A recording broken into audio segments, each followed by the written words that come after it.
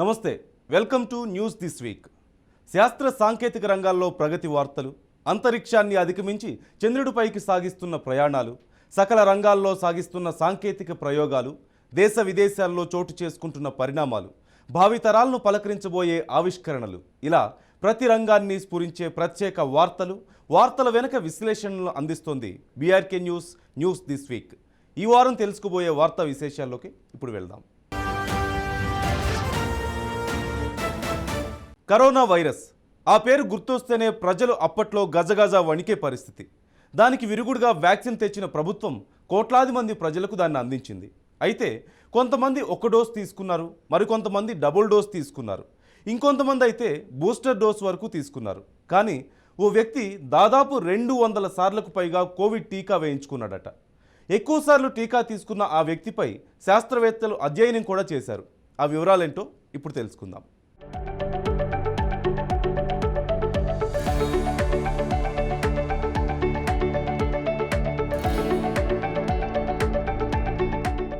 యావత్ ప్రపంచాన్ని వణికించిన కోవిడ్ మహమ్మారి నుంచి కోట్లాది మంది ప్రాణాలను వ్యాక్సిన్లు కాపాడాయి. వైరస్ బారిన పడకుండా ఉండేలా మనలోని రోగనిరోధక శక్తిని పెంచేందుకు ఈ టీకాలు దోహదపడ్డాయి.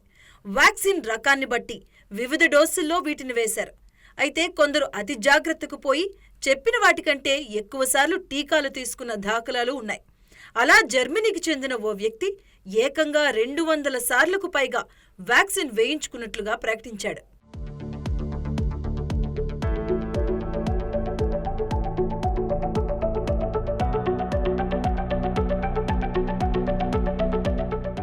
జర్మనీలోని దాదాపు 6 కోట్లకు పైగా మంది కోవిడ్ టీకాలు తీసుకున్నారు.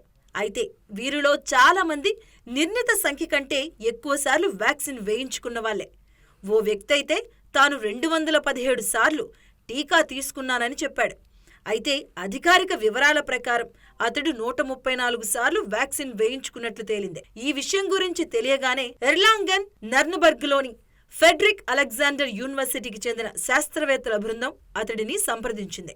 ఎక్కువ మొత్తంలో వ్యాక్సిన్లు తీసుకుంటే అది రోగనిరోధక శక్తిపై ఎలాంటి ప్రభావం చూపిస్తుంది అన్నదాన్ని తెలుసుకునేందుకు ఆ వ్యక్తి శరీరంపై పలు పరీక్షలు చేసింది. ఆ అధ్యయనాన్ని లాన్సెట్ జర్నల్లో ప్రచురించింది.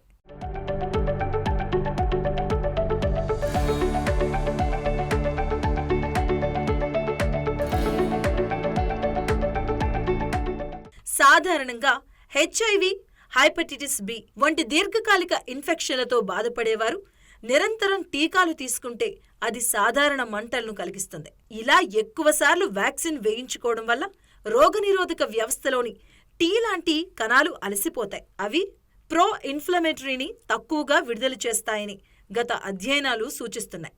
ఫలితంగా రోగనిరోధక వ్యవస్థ బలహీనపడి వ్యాధి కారకాలను అంత సమర్థంగా ఎదుర్కొనలేవనేవి విశ్లేషణలు ఉన్నాయి. అయితే తాజాగా చేపట్టిన అధ్యయనంలో అలాంటి సూచనలేం కనబడలేదని పరిశోధకులు వెల్లడిస్తున్నారు.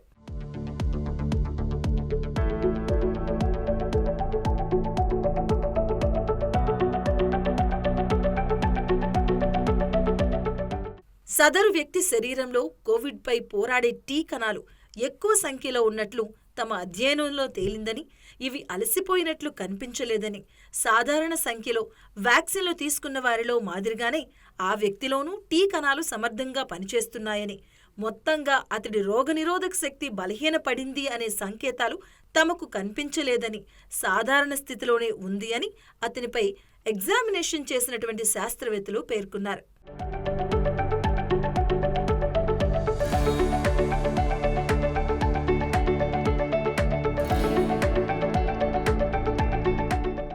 చుక్ రైలు అందరికీ తెలిసిందే.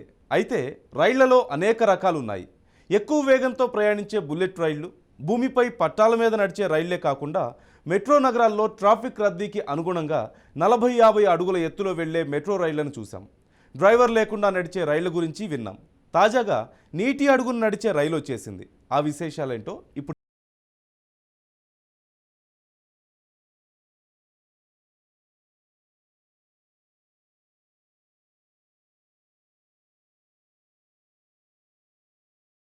నీటి అడుగున మెట్రో రైల్ పరుగులు పెట్టింది.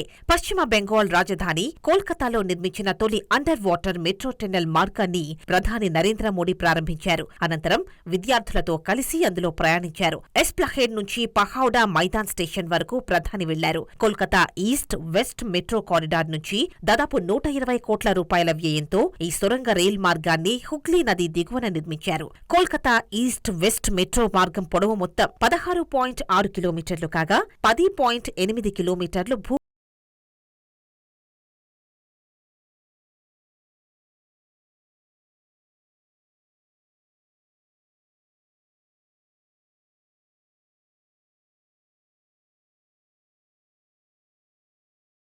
మైదాన్ నుంచి ఎస్ప్లహేడ్ స్టేషన్ల మధ్య 4.8 కిలోమీటర్ల మేర ఉన్న లైన్లో భాగంగా 520 మీటర్ల పొడవైన అండర్ వాటర్ మెట్రో టన్నెల్ నిర్మించారు.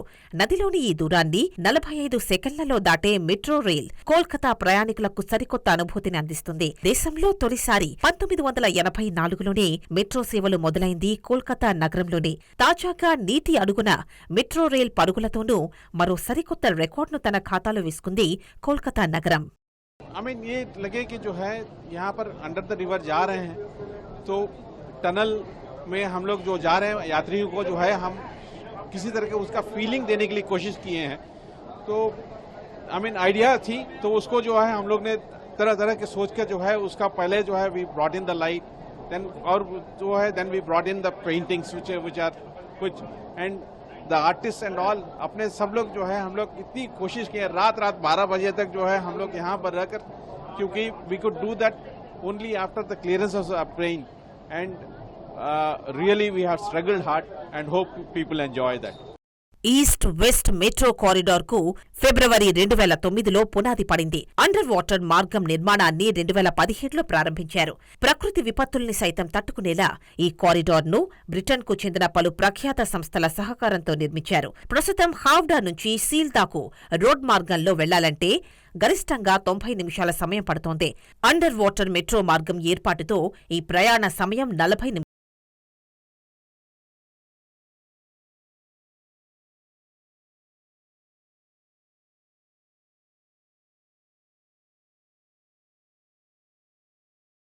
లోపలికి నీరు చొచ్చుకురాకుండా 1.4 మీటర్ల వెడల్పాటి కాంక్రీట్ రింగులను అమర్చారు.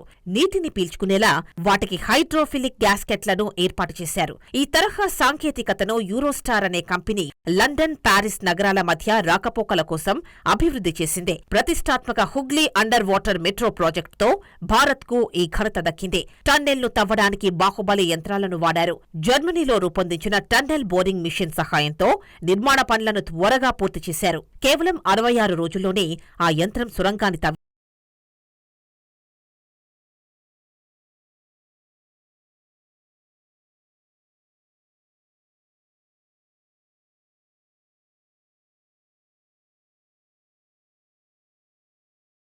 సాంకేతిక కారణాల వల్ల మెట్రో సేవలకు అంతరాయం ఏర్పడుతూ ఉంటుంది. అలాంటి అత్యవసర సమయాల్లో మెట్రో ప్రయాణికులు ఎలాంటి భయాందోళనలకు గురవకుండా పక్కనే నిర్మించిన నడక మార్గాన్ని కూడా వినియోగించుకోవచ్చని ప్రాజెక్టు అధికారులు తెలిపారు. సాంకేతిక సమస్యల నుంచి సులువుగా బయటపడేలా ముందు జాగ్రత్త చర్యలు తీసుకున్నామని Kolkata metro general manager Uday Kumar Reddy తెలిపారు. ప్రతిరోజు కనీసం 7 లక్షల మంది ప్రయాణికులు అండర్ వాటర్ మెట్రోలో ప్రయాణిస్తారని అంచనా ఉంది.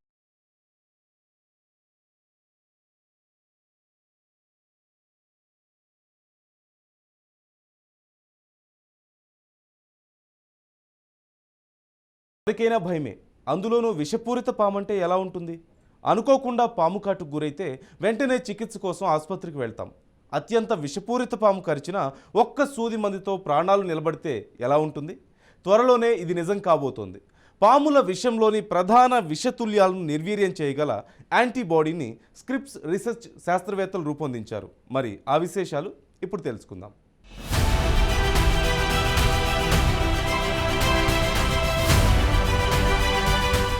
అత్యంత విషపూరిత పాము కరిచినప్పటికీ అందుకు విరుగుడు ఉందంటున్నారు స్క్రిప్స్ రీసెర్చ్ శాస్త్రవేత్తలు. ఒక్క సూది మందుతో ప్రాణాలు నిలబెట్టొచ్చని హామీ ఇస్తున్నారు. వినడానికి ఆశ్చర్యంగా ఉన్నా త్వరలోనే ఇది నిజం కానుంది. పాముల విషంలోని ప్రధాన విషతుల్యాలను నిర్వీర్యం చేయగల యాంటీబాడీస్ ని రూపొందించారు. శాస్త్రవేత్తలు దాన్ని ఎలుకలపై పరీక్షించారు. ఈ యాంటీబాడీస్ ని ఎలుకలపై పరీక్షించగా నల్లత్రాచు, బ్లాక్ మాంబా వంటి పాముల విషాన్ని నిర్వీర్యం చేసినట్టు బయటపడింది. ఈ యాంటీబాడీస్ కి 95MAT5 అని నామకరణం చేశారు శాస్త్రవేత్తలు.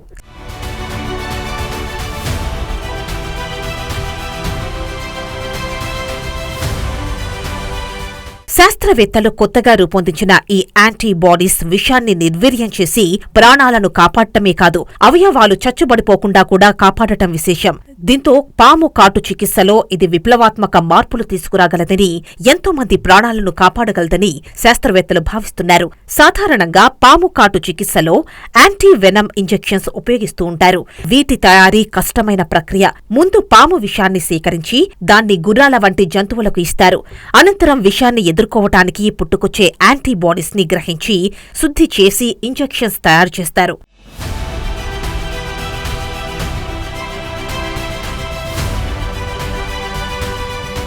అయితే వీటితో కొన్ని లోపాలు లేకపోలేదు. తీవ్రమైన అలర్జీ ప్రతిచర్యలు తలెత్తటం, యాంటీబాడీస్ కొన్ని రకాల విషాలకు అంతగా పనిచేయకపోవటం వంటి ఇబ్బందులు ఎదురవుతూ ఉంటాయి. ఆయా ప్రాంతాల్లో కనిపించే పాములకు అనుగుణంగానే ఇంజెక్షన్స్ రూపొందిస్తుంటారు. ఇక్కడే కొత్త యాంటీబాడీస్ ఆశలు రేకెత్తిస్తోంది.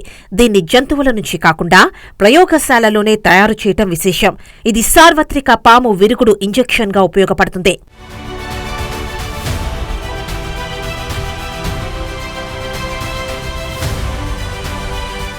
పాము విషంలో 3 వేళ్ల వంటి పొడవైన న్యూరోటాక్సిన్స్ నాడులను దెబ్బతీసి అవయవాలు చచ్చుబడేలా చేస్తాయి. ప్రస్తుతం శాస్త్రవేత్తలు రూపొందించిన 95MAT5 యాంటీబాడీస్ సరిగ్గా వీటిమీదే దాడి చేసి నిర్వీర్యం చేసేస్తుంది. పాము విషాన్ని సమర్థంగా నిలువరించటంతో పాటు అలర్జీ ప్రతిచర్యల ముప్పు తగ్గడానికి తోడ్పడటం దీని ప్రత్యేకత. దీన్ని పెద్ద ఎత్తున తయారు చేసే వీలుండటం వల్ల మారుమూల ప్రాంతాల్లో యాంటీవెనమ్ కొరతను తగ్గించగలదు. హెచ్ఐవి టీకా తయారీకి ఉపయోగించుకున్న పద్ధతుల స్ఫూర్తితోనే 95MAT5 ని రూపొందించారు.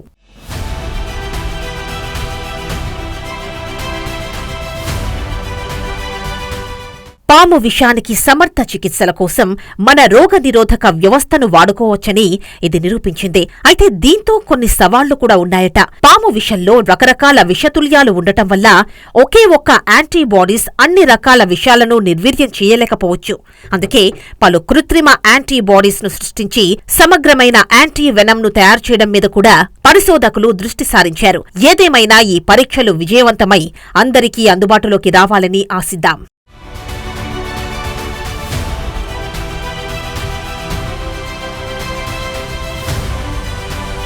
ఓటీటీ మార్కెట్కు ఇప్పుడున్న క్రేజ్ అంతా ఇంత కాదు. ప్రపంచవ్యాప్తంగా చూస్తే ఓటీటీ నుంచి ఏటా 25% ఆదాయం వృద్ధి నమోదవుతుందంటూ నిపుణులు చెబుతున్నారు. వీక్షణ సమయం 30% పెరుగుతుందంటున్నారు. భారత్ సహా ప్రపంచవ్యాప్తంగా ఓటీటీ మార్కెట్ విస్తరిస్తోంది. ఇప్పటిదాకా ప్రైవేట్ సంస్థలు మాత్రమే ఈ సర్వీసులను అందిస్తున్నాయి. ఇకపై ప్రభుత్వ రంగ సంస్థలు ఓటీటీ సర్వీసులను అందించనున్నారు.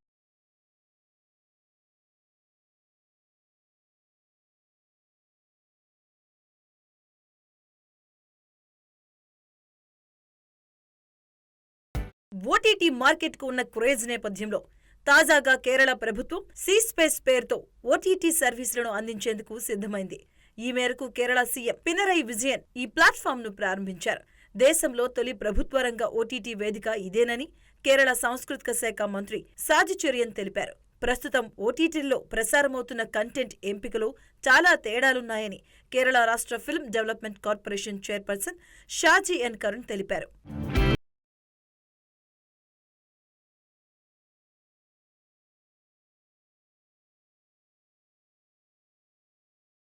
ప్రసారాల్లో సవాళ్లు ఎదురవుతున్నాయని చెప్పిన కేరళ ప్రభుత్వం వాటికి ప్రతిస్పందనగా సీస్పేస్ ను ప్రారంభిస్తున్నట్లు స్పష్టం చేసింది. ఈ యాప్ను గూగుల్ ప్లేస్టోర్, ఐఓఎన్ నుంచి డౌన్లోడ్ చేసుకోవచ్చు. ఈ ఓటీటీలో ₹75 ధరకే యూజర్లు సినిమా చూడొచ్చు. తక్కువ నిడివిడి ఉన్న కంటెంట్ను సగం ధరకే వీక్షించే అవకాశం కల్పిస్తున్నారు.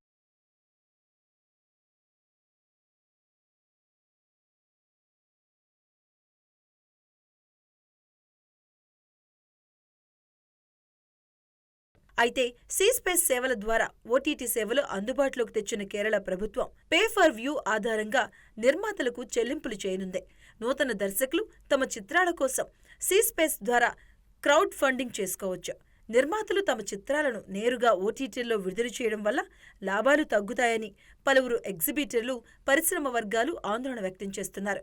కానీ ఇందుకోసం థియేటర్లలో విడుదలైన సినిమాలను మాత్రమే సీస్పేస్లో విడుదల చేయాలని నిర్ణయించినట్లుగా తెలిపారు.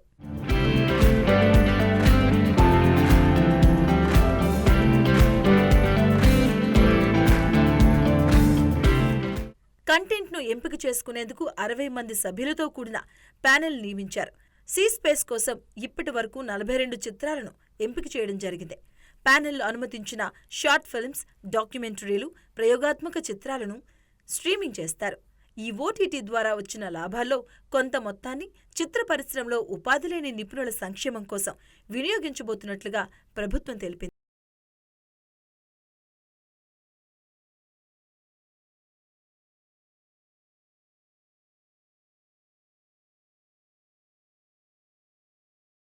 మహిళా దినోత్సవం రోజున కర్ణాటక ప్రభుత్వం కీలక నిర్ణయం తీసుకుంది. ఎలక్ట్రిక్ బైక్ ట్యాక్సీల నిర్వహణపై నిషేధం విధించింది. ఇవి మహిళలకు సురక్షితంగా లేకపోవడంతో వాటిని నిషేధిస్తున్నట్లుగా కర్ణాటక ప్రభుత్వం తెలిపింది. అసలు ఈ ఎలక్ట్రిక్ బైక్ ట్యాక్సీ స్కీమ్ ఏంటో ఇప్పుడు తెలుసుకుందాం.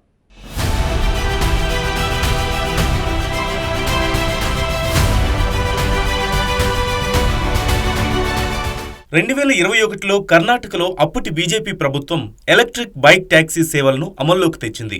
దీన్ని ఆటో, క్యాబ్ యజమానులు, డ్రైవర్లు తీవ్రంగా వ్యతిరేకించారు. వాటిని రద్దు చేయాలంటూ ఆందోళనలకు దిగారు. మరోవైపు ఈ బైక్ ట్యాక్సీల్లో వెళ్లే మహిళలపై రైడర్లు అసభ్య చేష్టలకు పాల్పడిన ఘటనలు వెలుగు చూశాయి. ప్రయాణికులు, ఆటో, క్యాబ్ డ్రైవర్లతో ఈ బైక్ రైడర్లు ఘర్షణ పడుతున్న ఘటనలు కూడా చోటు చేసుకున్నాయి. అందువల్ల శాంతి భద్రతలు, మహిళల రక్షణ దృష్ట్యా ఈ స్కీమ్ను రద్దు చేస్తున్నామంటూ ప్రభుత్వం స్పష్టం చేసింది.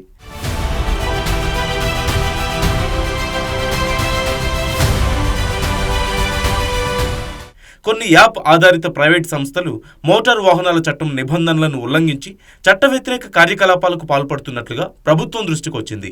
ప్రయాణాలకు అనువుగాని ఈ ద్విచక్ర వాహనాలను ట్రాన్స్పోర్ట్ వాహనాలుగా ఉపయోగిస్తున్నట్లుగా తేలింది. ఇక ఈ స్కీమ్ వల్ల పన్నులు వసూలు చేయడం కూడా కష్టంగా మారిందంటూ ప్రభుత్వం చెబుతోంది.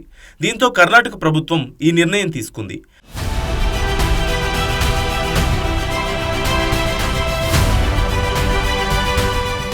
అయితే ఇప్పటికే బైక్ ట్యాక్సీలు నడపడాన్ని ఢిల్లీ, కర్ణాటక, మహారాష్ట్ర లాంటి రాష్ట్రాలు నిషేధించాయి. మరోవైపు బైక్ ట్యాక్సీలకు వ్యతిరేకంగా క్యాబ్ అగ్రిగేటర్లు న్యాయ పోరాటం చేస్తున్నాయి. బైక్ను ట్రాన్స్పోర్ట్ వాహనంగా లేదా కాంట్రాక్టు క్యారేజ్ క్రింద మోటార్ సైకిళ్లను నడిపేందుకు వీల్లేదంటూ పలు రాష్ట్రాలు, కేంద్రపాలిత ప్రాంతాలు పర్మిట్లకు నిరాకరిస్తూ కేంద్రం దృష్టికి ఈ విషయాన్ని తీసుకెళ్లాయి. దీనిపై స్పందించిన కేంద్ర ప్రభుత్వం కాంట్రాక్టు క్యారేజ్ ఒప్పందం అనేది నిర్ణీత సమయం లేదా నిర్ణీత కిలోమీటర్లకు గాను వాహనాన్ని అద్దెకిచ్చేందుకు వెసులుబాటు కల్పిస్తోందంటూ కేంద్రం స్పష్టం చేసింది.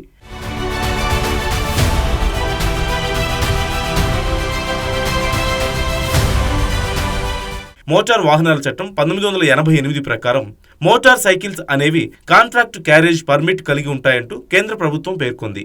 ఈ ఒప్పందం అద్దె ప్రాతిపదికన ప్రయాణికులను ఎక్కించుకునే వెసులుబాటును కల్పిస్తోందంటూ స్పష్టం చేసింది. ఈ మేరకు రాష్ట్రాలు, కేంద్రపాలిత ప్రాంతాలకు అడ్వైజరీ జారీ చేసింది.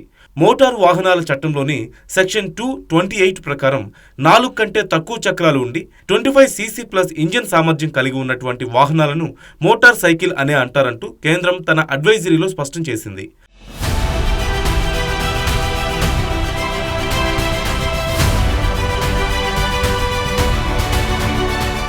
బైక్ ట్యాక్సీలపై పలు రాష్ట్ర ప్రభుత్వాలు, కేంద్రపాలిత ప్రాంతాలు నిషేధం విధించిన తర్వాత కేంద్ర ప్రభుత్వం వాటిని అనుమతి ఉందంటూ స్పష్టం చేసింది. బైక్ ట్యాక్సీలను రద్దు చేసిన రాష్ట్రాల జాబితాలో ఉన్న కర్ణాటక తాజాగా ఎలక్ట్రిక్ బైక్ ట్యాక్సీలను నిషేధించడం చర్చనీయాంశమైంది.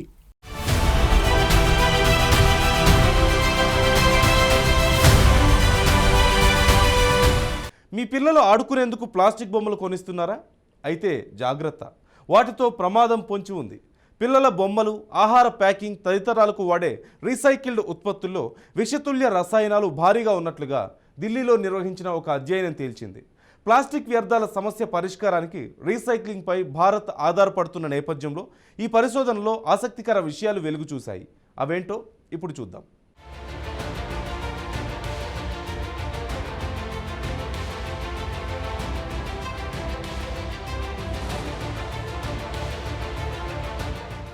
మనం బయటకు వెళితే చాలు వాడిపడేసిన ప్లాస్టిక్ వస్తువులు దర్శనమిస్తూ ఉంటాయి. నగరాలు, పట్టణాలు, గ్రామాలు అనే తేడా లేకుండా ఎక్కడ చూసినా ప్లాస్టిక్ వ్యర్థాలు ఒక సమస్యగా మారాయి. ప్రభుత్వం ప్లాస్టిక్ వ్యర్థాల సమస్య పరిష్కారానికి రీసైక్లింగ్ విధానం అమల్లోకి తెచ్చింది. దీంతో బహిరంగ ప్రదేశాల్లో వాడిపడేసిన ప్లాస్టిక్ వ్యర్థ పదార్థాలన్నీ పిల్లల బొమ్మలు, ఆహార ప్యాకింగ్ తదితరాలకు వినియోగిస్తున్నారు. ఈ ప్రకారం ప్లాస్టిక్ వ్యర్థాల సమస్య పరిష్కారం అవుతుందని ప్రభుత్వం భావిస్తుంది. అంతేకాకుండా రీసైక్లింగ్ విధానంతో కొంతమందికి ఉపాధి అవకాశాలు కూడా లభించాయి.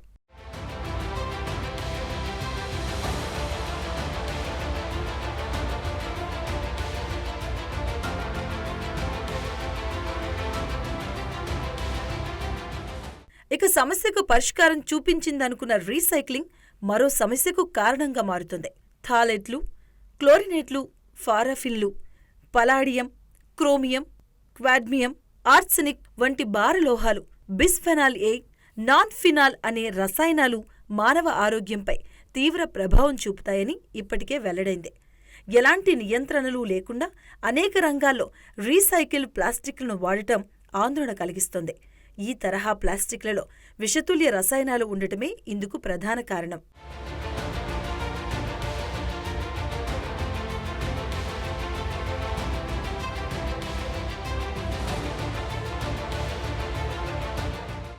రీసైక్లింగ్ ప్రక్రియ తర్వాత కూడా వాటి ఉనికిని కొనసాగుతోందని తాజాగా వాటిపై పరిశోధనలు చేసిన శాస్త్రవేత్తలు చెబుతున్నారు. దేశవ్యాప్తంగా అనేక రంగాల్లో ఇలాంటి ప్లాస్టిక్ రీసైక్లింగ్ జరుగుతున్నట్లు వారు తెలియజేశారు. తాము సర్వే చేసిన రీసైక్లింగ్ యూనిట్లలో భద్రతా నిబంధనలు, ఇతర ప్రమాణాలను పాటించడం లేదని శాస్త్రవేత్తలు వివరించారు. రీసైకిల్ ప్లాస్టిక్ పదార్థాలను ప్లేట్లుగా మార్చినప్పుడు రసాయనాలను తొలగించే ప్రక్రియలను చేపట్టడం లేదని వివరించారు.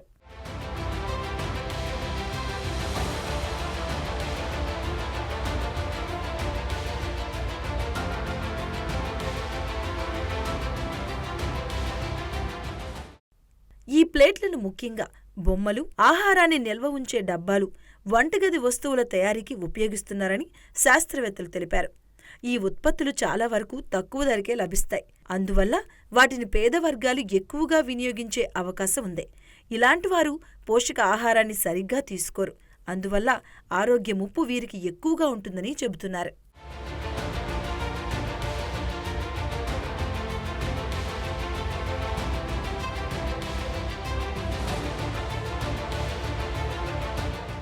ఇది ఈ వారం న్యూస్ దిస్ వీక్. మరిన్ని విశేషాలతో వచ్చే వారం న్యూస్ దిస్ వీక్లో మళ్ళీ కలుద్దాం. Keep watching BRK news.